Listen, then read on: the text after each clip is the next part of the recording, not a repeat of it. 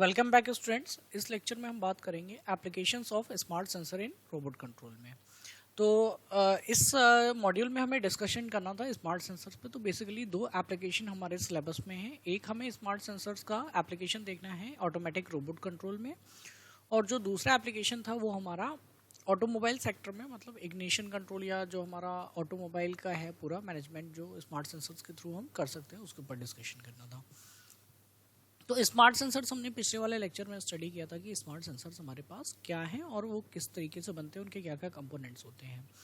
तो उसी में उस तरीके के स्मार्ट सेंसर्स को आप रोबोटिक्स में, मतलब रोबोट्स को कंट्रोल करने में कौन कौन से सेंसर्स यूज़ करोगे और वो किस किस तरीके से यूज़ होते हैं, उनके एप्लीकेशंस के बारे में हमें यहाँ पे डिस्कस करना है। तो डिस्कस करते हैं, एक बार गो थ्रू कर लेते हैं कंटेंट, फिर उसके आगे हम लोग अगर कोई डाउट्स रहेंगे तो उनको वहाँ पे क्लैरिफाई करने के लिए डिटेल में थोड़ा स्टडी करेंगे। Sensors are the essential part of industrial robots to complete their task। अब जो आपके कोई भी रोबोट होता है, इंडस्ट्रियल रोबोट होता है या फिर जैसे आपका जो डेली यूजेस में रोबोटिक्स आप यूज़ करते हो, उसमें सेंसर्स बहुत एसेंशियल पार्ट है। क्योंकि कोई भी अगर डिवाइस है तो उसको अगर एनवायरनमेंट का सेंस नहीं होगा तो वो उतना अच्छा परफॉर्म नहीं कर पाएगी। तो जो आपके सेंसर्स होते हैं वो आपका क्या करते हैं, जो भी पर्टिकुलर ऑब्जेक्ट है या पर्टिकुलर शेप है उसको वहाँ पे आइडेंटिफाई करते हैं, और उसके हिसाब से जो भी एक्सटर्नल एनवायरनमेंट के हिसाब से जो भी उनको एक्शन लेना होता है, अपने कंट्रोल करना है या किसी मोशन को परफॉर्म करना है, तो वो वहाँ पे अपना उस तरीके से कैरी आउट करते हैं। Common sensors in industrial robot sensors are of great importance to industrial robots. अब जो हमारे इंडस्ट्रियल रोबोट्स में हैं उनमें सेंसर्स का बहुत ज़्यादा इंपॉर्टेंट है। अब अगर हम बात करें कि कौन कौन से सेंसर्स हमारे इंडस्ट्रियल रोबोट्स में यूज़ होते हैं, तो उनमें सबसे पहला सेंसर जो है वो हमारा टैक्टाइल सेंसर है। टैक्टाइल सेंसर्स क्या है, जो हमारा टच है, मतलब जैसे कोई आप रोबोटिक आर्म की अगर बात करो तो रोबोटिक आर्म अगर किसी ऑब्जेक्ट को ग्रैब करता है या पकड़ता है तो उसे कैसे पता चलेगा कि कितने फोर्स से वो उस ऑब्जेक्ट को पकड़े कि वो ऑब्जेक्ट को होल्ड रख पाए। तो उसके लिए उसे क्या करना पड़ेगा, प्रेशर को वहाँ पे सेंस करना पड़ेगा। तो क्या होता है कि टैक्टाइल सेंसर्स को वहाँ पे रोबोटिक आर्म्स में लगाया जाता है। अब ये टैक्टाइल सेंसर्स जो हो सकते हैं वो हमारे कैपेसिटेटिव हो सकते हैं, फिजो इलेक्ट्रिक हो सकते हैं, फिजो रेजिस्टिव हो सकते हैं, या फिर ऑप्टिकल, मतलब लाइट को यूज़ करके वहाँ पे वो सेंसिंग कैपेबिलिटीज़ अपनी बनाते हैं। तो टैक्टाइल सेंसर्स आपके बेसिकली रोबोटिक आर्म्स में यूज़ होते हैं। किस चीज़ को डिटेक्ट करने के लिए, जो वहाँ पे शेप है उसका जो फोर्स है वो वहाँ पे कितना लग रहा है, इस तरीके की चीज़ों को मेज़र करने के लिए वहाँ पे यूज़ किया जाता है। ठीक है।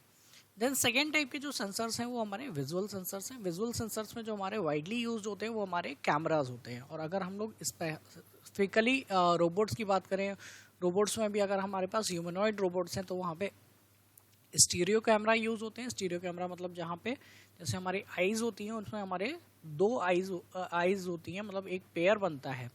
तो ऐसे ही अगर आप दो कैमरास लेके आइज़ की कॉन्फ़िगरेशन में लगाते हो तो वो एक स्टीरियो कैमरा बनता है जो कि आपका 3D विजुअलाइजेशन कराता है।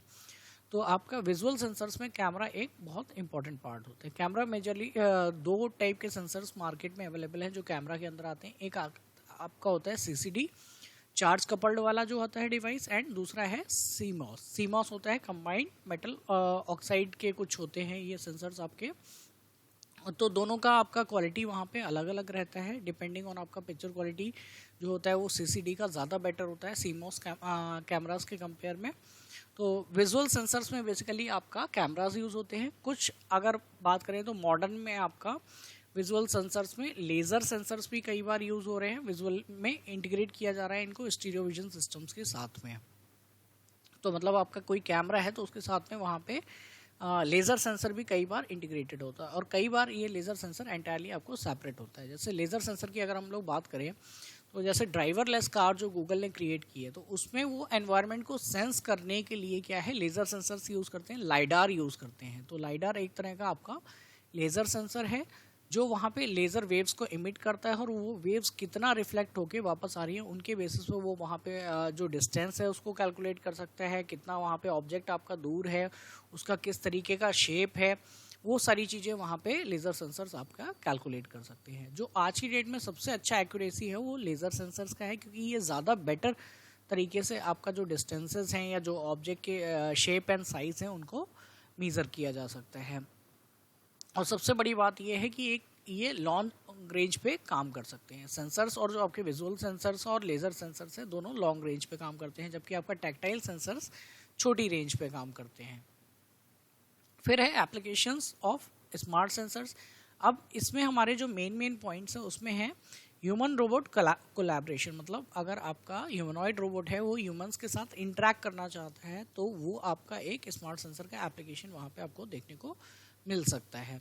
ऑटोनोमस नेविगेशन में मतलब कोई हमारा बॉट है उसको विदाउट किसी एक्सटर्नल हेल्प के किसी एनवायरनमेंट में नेविगेट करना, जैसे ह्यूमनॉइड रोबोट है उसको आपने अपने रूम में छोड़ दिया या घर में छोड़ दिया तो वो वहाँ पे बिना किसी ऑब्जेक्ट से टकराए या गिरे हुए उसको ऑटोमेटिकली जो स्पेस है उसमें वो अपना नेविगेशन कर पाए, मतलब चल फिर पाए। मैनिपुलेटर कंट्रोल में होता है कि भाई हमारा कोई पर्टिकुलर टाइप का हमें मोशन परफॉर्म कराना है वहाँ पे और उसको वो कंट्रोल कर सके, ठीक है। जैसे रोबोटिक आर्म होता है तो वो वहाँ पे मैनिपुलेटर कंट्रोल का एग्जांपल है। इन द फॉलोइंग पार्ट ये आप स्किप कर सकते हो पार्ट। देन ये जो ब्रीफ समरी है जो सेंसर्स का, जो कितने टाइप के सेंसर्स आपके आज की डेट में इंडस्ट्रियल रोबोटिक्स में यूज़ हो रहे हैं, जो आपका रोबोट कंट्रोल में यूज़ किए जा रहे हैं वहाँ पे। तो जैसे टैक्टाइल सेंसर्स की हमने बात की तो इसमें हमारे कैपेसिटेटिव, फिजोइलेक्ट्रिक, फिजोरेसिस्टिव, इनके कुछ बेसिक सेंसर्स के वर्जन हम फर्स्ट और सेकंड मॉड्यूल में स्टडी किया हुआ है, जो कि यहाँ पे हमारे। तो बेसिकली हमें क्या देखना है, सेंसर्स के टाइप कि कौन कौन से टाइप के सेंसर्स हमारे पास हैं, किस प्रिंसिपल पे वो काम कर रहे हैं, किस टाइप की इन्फॉर्मेशन को वो एक्वायर करते हैं और उनका एप्लीकेशन क्या है वहाँ पे। तो जैसे मैंने बताया कि टैक्टाइल सेंसर्स आपके कहाँ होते हैं, जो जैसे ह्यूमनॉइड रोबोट है या रोबोटिक आर्म है तो उसके अंदर वो कोलैबोरेशन। अब जैसे ह्यूमनॉइड रोबोट की अगर मैं बात करूँ तो अगर कोई ह्यूमनॉइड रोबोट आपसे हैंडशेक करता है तो हैंडशेक करने के लिए उसे पता होना चाहिए कि आपके हैंड पे कितना प्रेशर अप्लाई करना है। ज़्यादा प्रेशर अप्लाई कर देगा तो आपका हाथ वहाँ पे हो सकता है दब जाए या चोट भी लग सकती है। तो आपके फोर्स को वहाँ पे डिटेक्ट करने का नीड है, तो वहाँ पे टैक्टाइल सेंसर आपका ह्यूमन रोबोट कोलैबोरेशन में यूज़ आता है। विजुअल सेंसर्स ऑब्जेक्ट आइडेंटिफिकेशन और रिकॉग्निजेशन में बहुत ज़्यादा यूज़ करते हैं कि किसी चीज़ को रिकॉग्नाइज कैसे किया जाएगा, उसका विजुअलाइजेशन कैसे किया जाएगा, वो सारा आपका विजुअल सेंसर, जिसमें बेसिकली आपके कैमरा सिस्टम्स आते हैं। देन आपका लेज़र सेंसर्स में है, इसमें आपका लाइडार आता है जो कि आपका डिस्टेंस और डिस्प्लेसमेंट को मेजर, ये भी आपका HRC के अंदर आता है, ह्यूमन रोबोट कोलैबोरेशन के अंदर। एनकोडर्स हैं जो कि आपका एंगुलर डिस्प्लेसमेंट को मेजर करते हैं, ये नेविगेशन में यूज़ किया जा रहा है। देन आपका प्रॉक्सिमिटी सेंसर्स है जो कि आपका किसी ऑब्जेक्ट की नियर बाय में आप कितना हो, प्रॉक्सिमिटी में कितना हो, जो अप्रोचिंग ऑब्जेक्ट्स हैं उनको मेजर करने के लिए है। प्रॉक्सिमिटी सेंसर्स के हमने कई सारे एग्जांपल्स अपने जो सेकेंड एंड थर्ड मॉड्यूल था उनमें हमने स्टडी किए थे।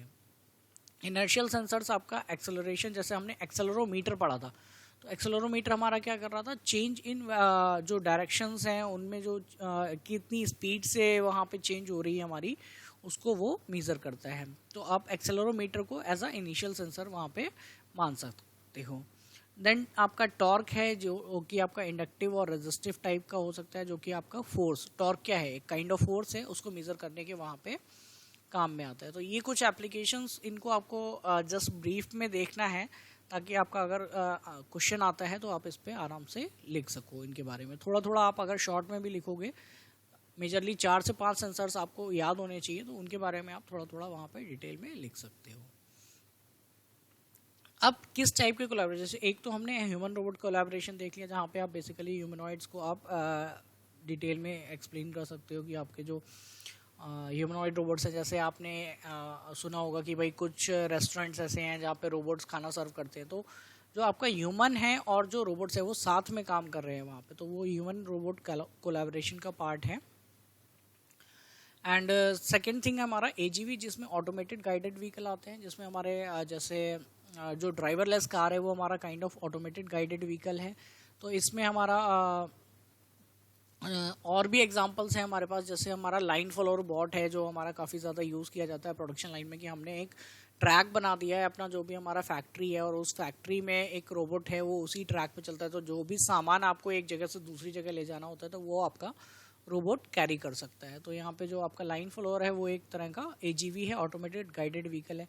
बेसिकली आज की डेट में ये बहुत ज़्यादा डिमांड में है, जैसे अमेज़न और फ्लिपकार्ट के जो वेयर हाउसेस हैं उनमें, या अलीबाबा का जो अपना वेयर हाउस है वहाँ पे ये AGV यूज़ किए जाते हैं वाइडली। जो आपका सामान वेयर हाउसेस से आपका जो डेली के ऑर्डर्स होते हैं वो वेयर हाउस में जब पैक होते हैं तो उनको रैक से उस पर्टिकुलर पैकिंग स्टेशन तक लेके आने के लिए इन AGVs का इस्तेमाल किया जाता है।